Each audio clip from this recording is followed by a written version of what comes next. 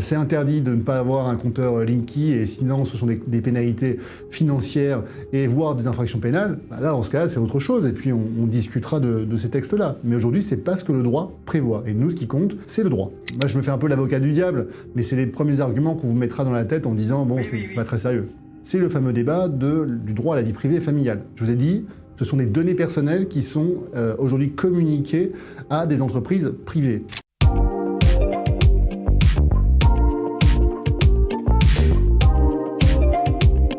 Bonjour Maître Guyon.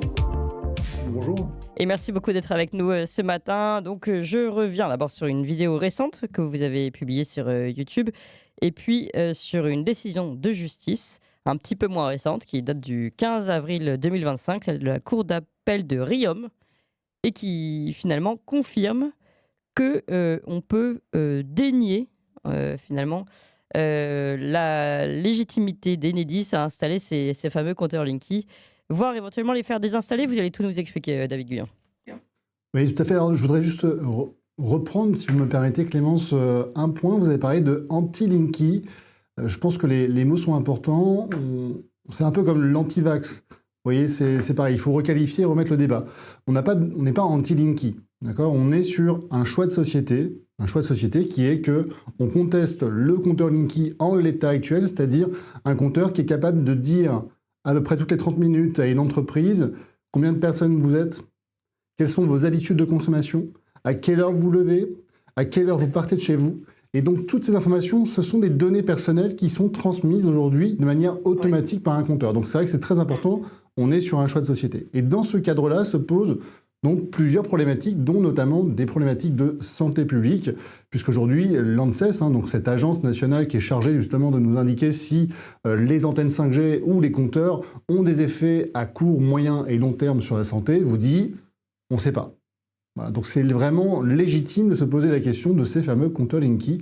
Vous avez indiqué cette décision récente de la Cour d'appel de Riom, qui est juste à côté de Clermont-Ferrand. Donc, si on a des amis clermontois, voilà, salutations. Évidemment, cette décision, elle n'est pas toute récente, mais en fait, elle est importante parce qu'elle est passée totalement inaperçue dans le contexte juridique. Il y a très peu d'avocats qui en ont parlé, et c'est vrai que même moi, qui avais entendu déjà parler de rares décisions de tribunaux judiciaires ayant prononcé donc le démontage de compteurs Linky au profit de compteurs traditionnels, c'est ça en fait tout l'intérêt de cet arrêt, eh bien c'est la première fois qu'on a une juridiction du second degré, une cour d'appel, qui rend une décision aussi fracassante et dans des délais extrêmement courts, puisque cette décision elle est consultable sur mon site internet, j'ai mis vraiment en libre accès. Cette décision elle commence le 8 mars 2024. Vous avez 2 mois plus tard une décision qui va être rendue par le tribunal judiciaire de Clermont-Ferrand le 21 mai 2024, et quasiment 13 mois plus tard, vous avez une décision de la Cour d'appel qui va confirmer cette première décision du tribunal judiciaire. Donc on a des délais extrêmement courts. Vous savez, j'interviens régulièrement sur la question des délais anormalement longs de la justice. Là, il faut reconnaître quand même que ça a plutôt bien fonctionné. Et cette décision a été intéressante parce qu'on parle très peu finalement de la santé publique. Je le dis d'ailleurs très régulièrement, lorsque vous êtes face à un compteur Linky ou face à une antenne 5G, en réalité, invoquer le motif de santé publique, c'est quasiment se prendre les pieds dans le tapis. Et donc là, pour la première fois, on voit que ça peut fonctionner. Et le Linky est intéressant parce qu'on a un peu plus de recul sur le Linky que sur les antennes 5G, même si on a des problématiques qui sont identiques. Ce qui est, on va dire, qui nous apprend 2 choses dans cet arrêt, c'est que la première chose, ça peut fonctionner. Vous pouvez demander donc le démontage de votre compteur Linky au profit d'un compteur traditionnel, ça fonctionne. Et la deuxième chose... Vous allez nous expliquer comment, parce que ça nous intéresse. Bien sûr, on va rentrer dans le détail. Et la deuxième chose, c'est que cet argument qu'on a déployé pour les compteurs Linky, finalement, il pourrait être tout à fait transposable pour des antennes 5G, qui sont aujourd'hui, vous le savez, un véritable fléau, puisqu'en fait, elles poussent partout sur le territoire français.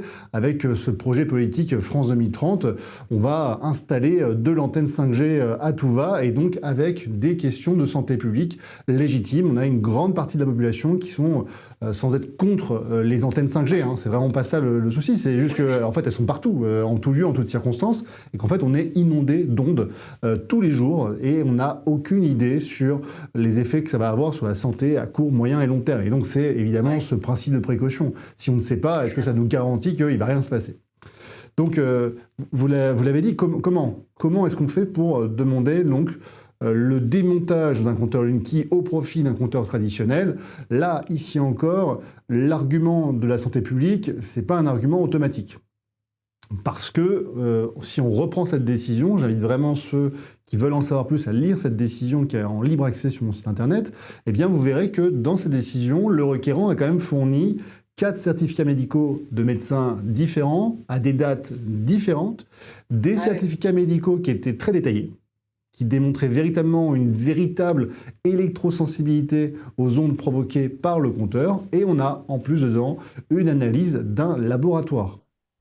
Ah oui, oui, mais donc, bon, alors c'est très important, mais c'est-à-dire que les gens qui n'ont pas cette électrosensibilité aujourd'hui sont foutus, quoi. Ils ne peuvent pas faire cette demande encore.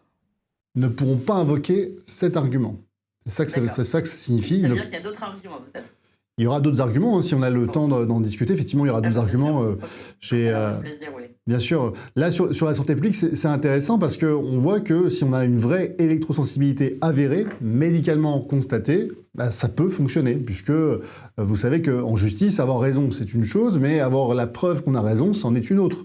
Le juge ne vous connaît pas, le juge ne vous croit pas sur parole, le juge va statuer uniquement sur les pièces du dossier. Et là, ici, ils ont été quand même capables de dire... Très bien, Enedis, vous avez, vous, l'obligation de déployer des compteurs Linky. D'accord. Mais nous, en tant qu'usagers, on n'a pas l'obligation de vous laisser rentrer chez nous. On avait déjà eu le plaisir de faire une émission sur ce sujet-là, à savoir est-ce que le compteur Linky est obligatoire. C'est subtil, hein, il est obligatoire pour Enedis, ils doivent déployer ce type de compteur, ils n'ont pas le choix. Par contre, vous n'avez pas l'obligation d'accepter qu'Enedis pénètre chez vous et vienne installer un compteur Linky. Donc ça, c'était une petite subtilité qui est intéressante de rappeler. La deuxième chose, c'est que si vous avez des éléments médicaux, eh bien, ça peut fonctionner. Ici, la cour d'appel, je vous ai dit, il y a 4 certificats médicaux différents et un certificat d'un laboratoire. Ça ne veut pas dire que c'est l'opération magique et que c'est exactement cette composition-là qui fait que ça marche. Simplement, ce que vous devez faire, c'est que vous devez rapporter la preuve. Donc peut-être qu'un certificat médical pourrait suffire, peut-être que 2 certificats médicaux pourraient suffire, peut-être que la seule analyse du laboratoire pourrait suffire. Là, encore une fois, ça sera toujours une appréciation au cas par cas. Mais en tout cas, la brèche existe et c'était intéressant de le rappeler parce que cette décision-là, personne n'en parle. Il n'y a pas eu de commentaires sur cette décision. Mes confrères en ont finalement très peu fait l'éloge. Or, c'est une décision qui est fondamentale. D'accord. Alors, ça, c'est pour la première partie, on va dire, sanitaire. Et vous avez dit, il y a d'autres arguments qu'on pourrait mettre en avant. Tout à fait. Alors, moi, vous savez, j'ai déjà eu le plaisir d'intervenir avec Nicolas Vidal sur votre chaîne. On a parlé de l'action collective contre la pénalité financière des compteurs Linky. C'est une des autres manières de pouvoir, on va dire, contourner cette obligation de déploiement d'Enedis sur les compteurs Linky. Évidemment, aujourd'hui, de refuser un compteur, ça vous en coûte. Hein, c'est à peu près 64 € hors taxe par an de pénalité financière. Et cette pénalité, elle va augmenter dans le temps puisque la Commission de régulation de l'énergie, qui est l'autorité chargée de fixer ces tarifs, rend des décisions à peu près tous les 12 mois. Donc là, on sait qu'on va avoir une prochaine délibération qui va intervenir. En 2022, c'était 9 € à l'année. On est passé en 2025 à 64 €. Je vous laisse apprécier l'augmentation significative quand même. Hein. Et tout ça n'est pas justifié. Hein. Il n'y a rien qui justifie que vous payiez plus parce que vous n'avez pas de compteur Linky. Donc il y a différents arguments qui sont intéressants. Moi, j'ai par exemple constaté qu'on avait notamment une épidémie d'heures pleines et d'heures creuses. Vous savez, ce sont ces forfaits qui vous permettaient d'avoir sur certains créneaux une consommation moins taxée d'électricité sur certains horaires. Ce qu'on appelait donc le différentiel entre les heures creuses et les heures pleines. Si vous êtes l'heureux titulaire d'un compteur traditionnel, vous allez constater, et vous me direz en commentaire, hein, vous allez voir, on est très nombreux, que ce différentiel ne fonctionne plus.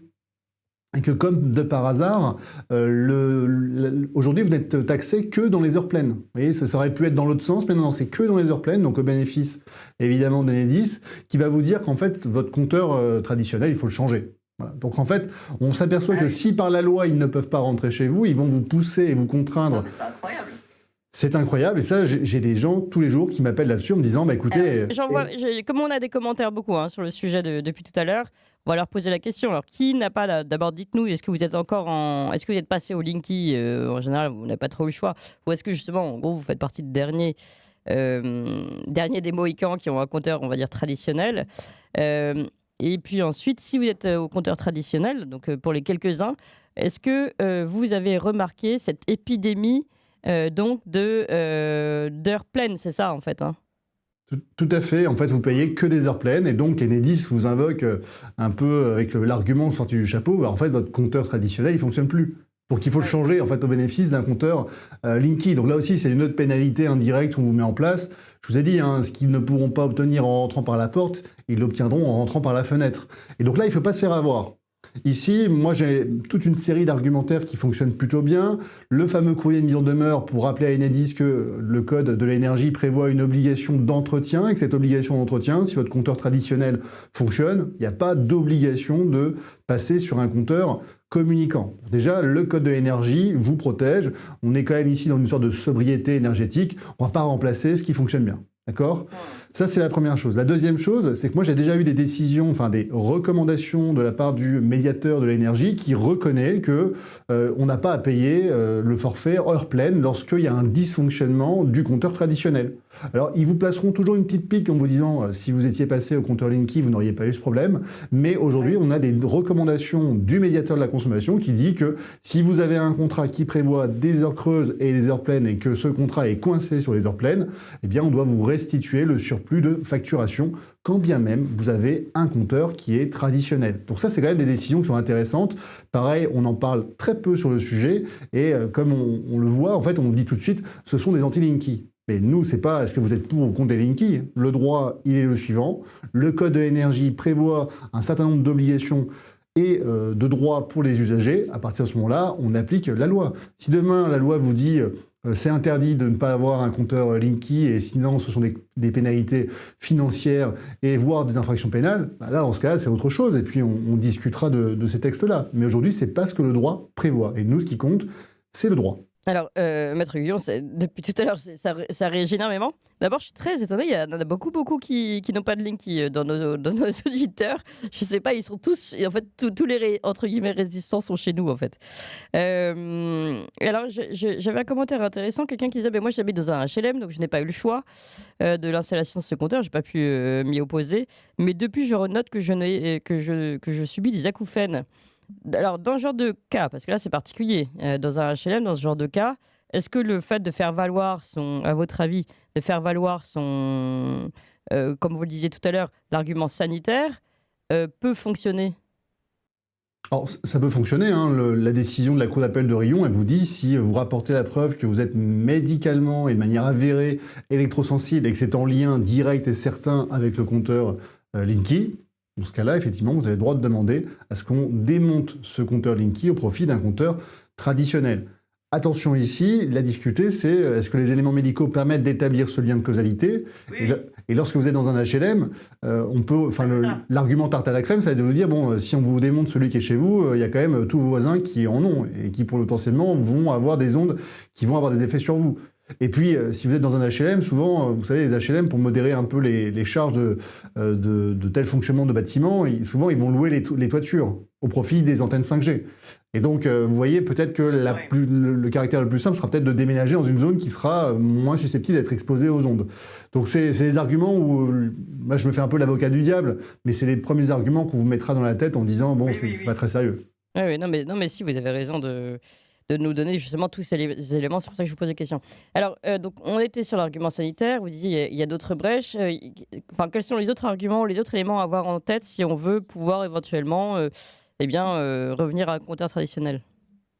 Alors, l'autre élément qu'on peut invoquer notamment, dont je vous ai parlé ici du droit à la santé, je vous ai parlé du droit de propriété qui vous permettait de refuser à ce qu'un électricien d'Enedis ou d'EDF vienne vous installer un compteur communicant.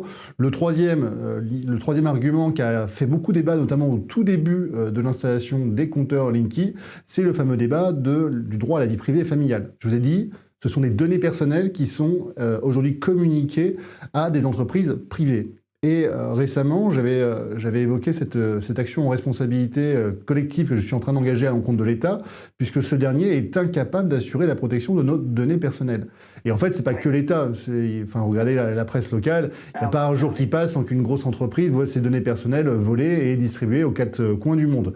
Donc en fait, un des arguments qui aujourd'hui m'apparaît vraiment totalement applicable, c'est il faut qu'Enedis puisse vous assurer que vos données personnelles ne vont pas être transmises aux quatre coins du monde et qu'elles ne vont pas faire l'objet donc d'un braquage de données personnelles, puisqu'aujourd'hui, comme je l'ai dit, on peut déterminer à quelle heure vous vous levez, à quelle heure vous vous couchez, combien de personnes sont dans le logement, quelles sont les périodes de l'année où vous n'êtes pas présent dans votre logement, et donc évidemment avec de telles données personnelles, entre de mauvaises mains, voilà, ça peut entraîner des conséquences dommageables. Là, vous parlez d'un braquage des données, mais ça peut aller à un braquage tout court, parce qu'évidemment, avec des données pareilles, n'importe quel cambrioleur, c'est du pain béni. Il a toutes les informations, combien vous êtes, qui reste dans la maison, est-ce que machin.